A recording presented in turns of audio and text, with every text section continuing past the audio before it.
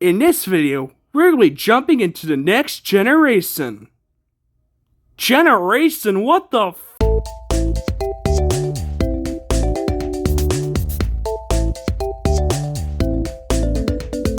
If you watched a lot of Toon Disney, or hell, even heard of defunct channels in general, you've definitely heard of Jetix. Even after the block was discontinued around 2009, you've probably heard of their shows. Yin Yang Yo, Puka, Kid vs. Cat, Super Hyper Monkey Force Go, and that one show called Get It that just exists. So I was kind of intrigued when I found out that not only in Europe it became a full-blown channel that was originally the European versions of Fox Kids, but also had its own game based off of the channel, exclusive to PAL regions for the PS2 and Nintendo DS, that was released very late in the PS2 as well as the channel's life. And then I found out that the game was published by Blast Entertainment.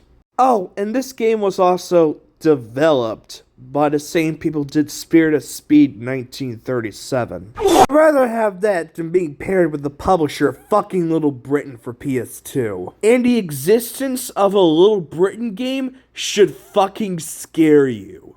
Oh my god, I still can't believe you just made me do that.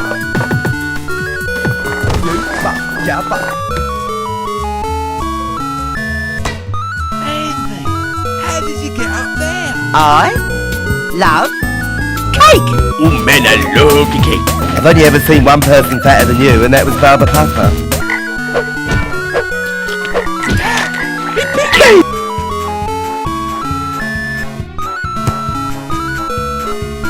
All out of play.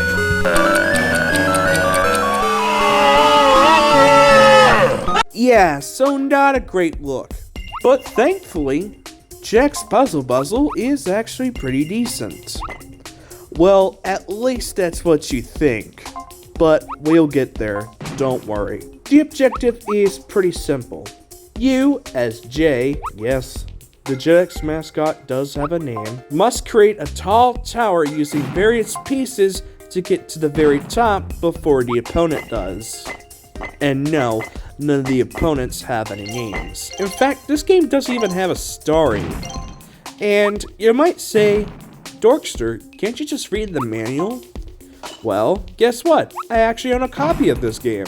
I imported it directly from the Netherlands, and even though I can't speak any of the languages in there since the manual is only in French and Dutch, I can confirm that there's absolutely no story. It goes straight into the options and gameplay modes. There are two main modes, Buzzle and Extra modes, as well as a high score and, of course, your settings. Buzzle contains two modes, Beginner and Expert. Expert is just beginner, but with difficulty options. That's it. The game also gives you a wide variety of power-ups and other items to help you on your way. Green Orb with the shoes gives you a speed boost as well as a little jump boost, which can be a bit helpful in certain situations. Cement, which fills up to 6 empty rows. Lightning, which spawns thunderclouds on the player in random places. Hammers, which will knock players out or destroy unfinished rows. And bombs, which do exactly what they do. It even has a timer, which certain blocks will turn into bomb icons for a few seconds, making the game either very easy or incredibly hectic. Speaking of hectic, that's the name of the game.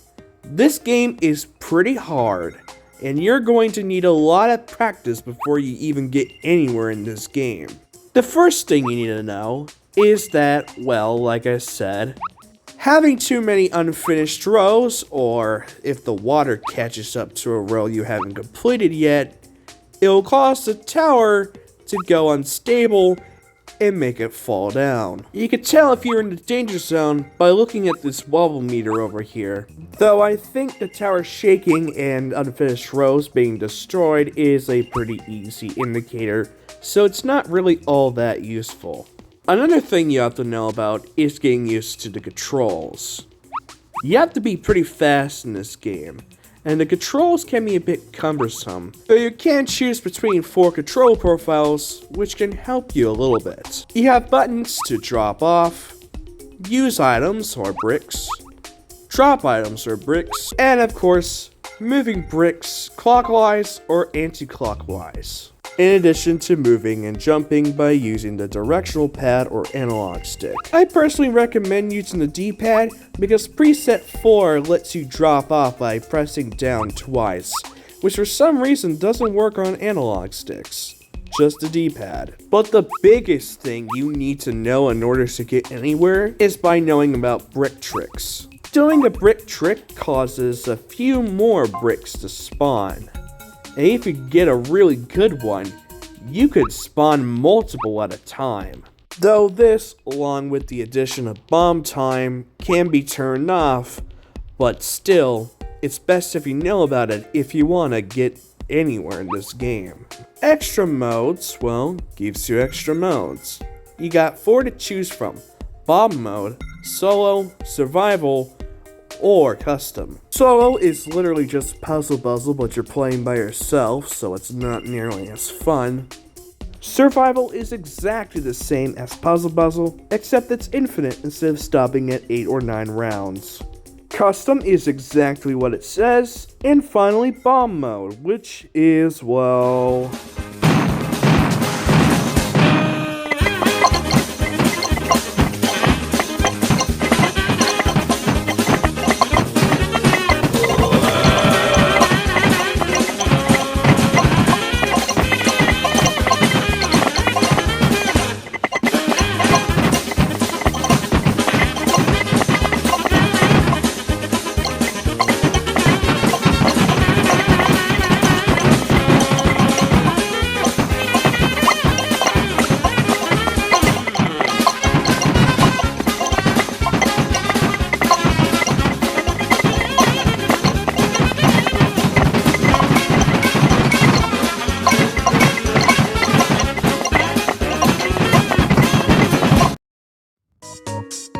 Winner.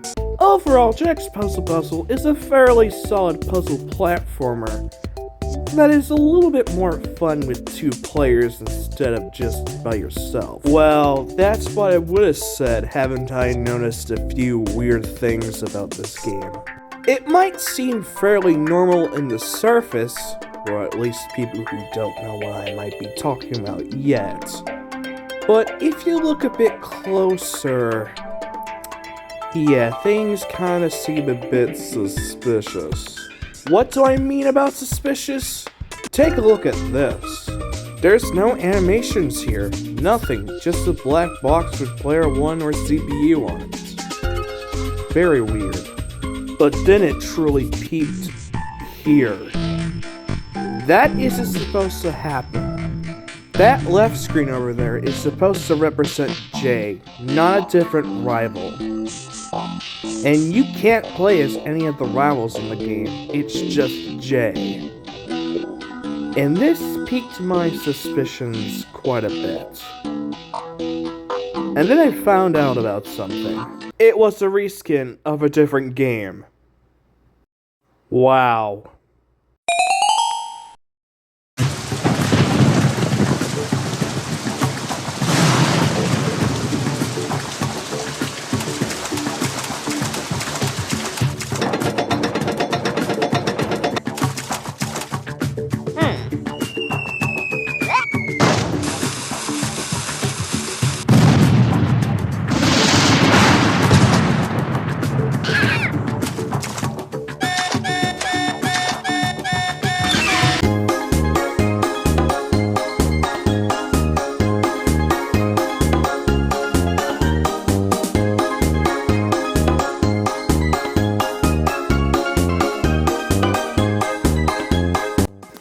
Mania, or Mania, is a puzzle platformer game developed by Hot Gen Studios and published by Kemco, and released on the Xbox, GameCube, and PlayStation 2 in September of 2002. Yup, that's right. Blast Entertainment was so lazy, they decided to simply just make a reskin of a different game that was released 6 years prior. This is literally the personification of laziness. Not only did they release a game that was literally 6 years old at this point and already obscure, but also released it for actual money, and it's worse than the game that it's reskinned from. How do you do that? I can't find any excuse for this game being like this. Yes, at least they did give credits to them in the credit screen and in the manual, but still. Why? Why would you do that? Can't you just make a different game, or at least a rip-off of it that plays worse? At least it's better than literally copying directly from the thing you're copying from. Hell, at least give it a twist or something. Not just copy it one-on-one, but making it a bit worse in the process. There is no way they released this for actual money. Yes, it's a budget game, but still, why? And the fact that this is officially licensed by both Disney and Sony is fucking amazing. It's like Color a Dinosaur for the NES, where a better console is out, so at this point, the manufacturer of that console didn't give a shit and decided to just...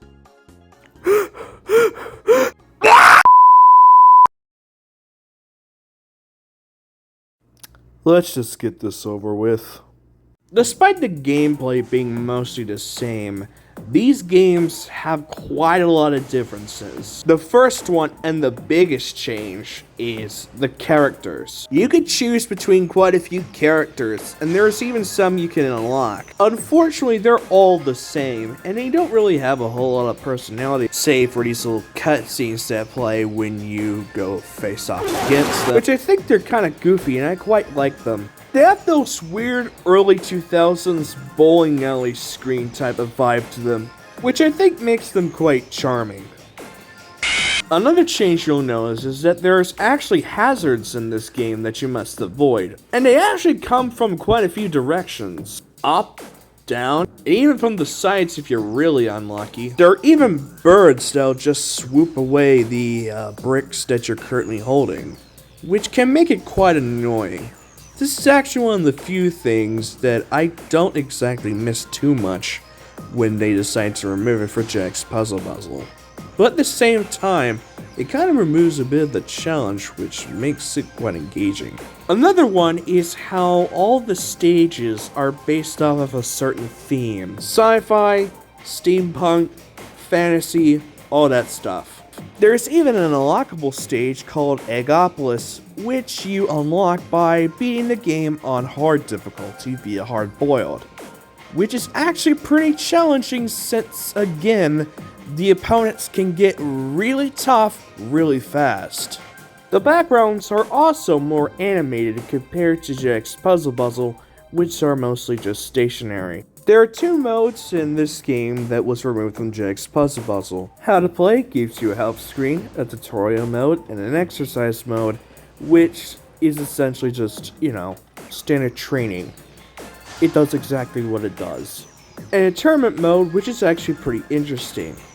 8 players are grouped into teams of 4. The player gets eliminated when they lose against their opponent. Once 4 out of 8 players survive, they go into teams of 2, and when 2 players are left, you go head-to-head against each other. And the last change I want to talk about is the music. Jetix Buzzle only has 4 tracks in it, and only 1 plays during gameplay, and the rest are used for menus, result screens, and loading. While in Mania, not only is there music for menus, loading screens, and results, but each stage has its own music track that plays throughout, and some of it sounds really good. No surprise, it's done by Alistar Brimble, the same dude who did soundtracks for the Driver series, Super Frog, Alien Breed, And yes, Rat Attack. Don't worry, I'm coming for you. You can't stop me.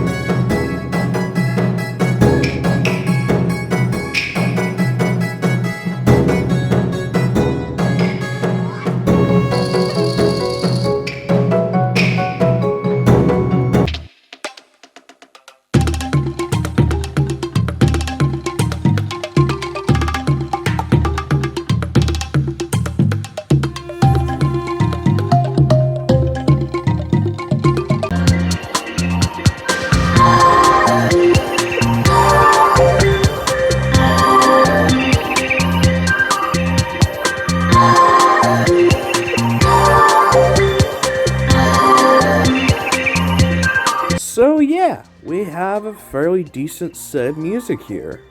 It's nothing fantastic, but hey, it gets the job done. And that pretty much sums up my feelings for this game.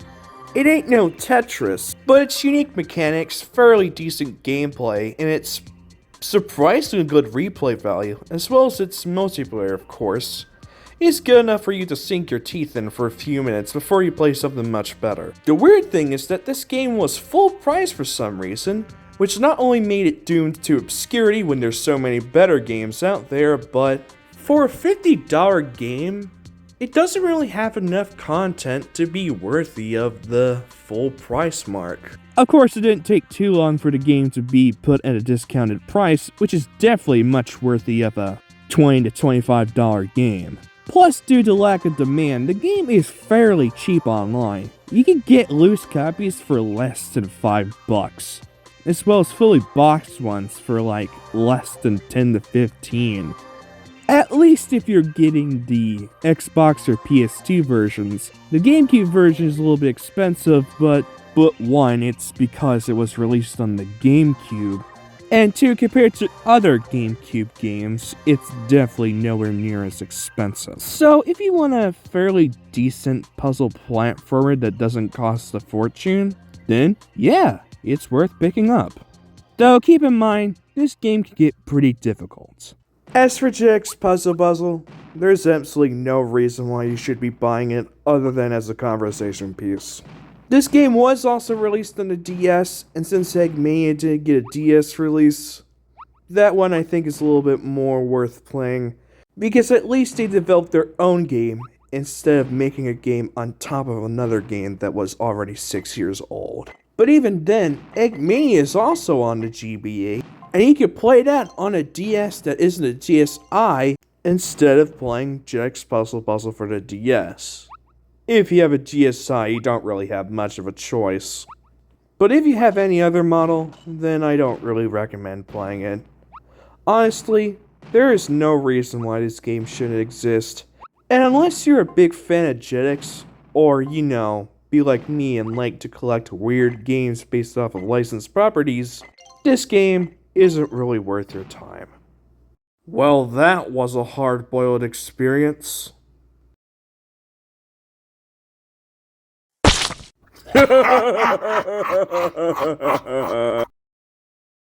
Fuck this shit, I'm done. This is a certified good classic.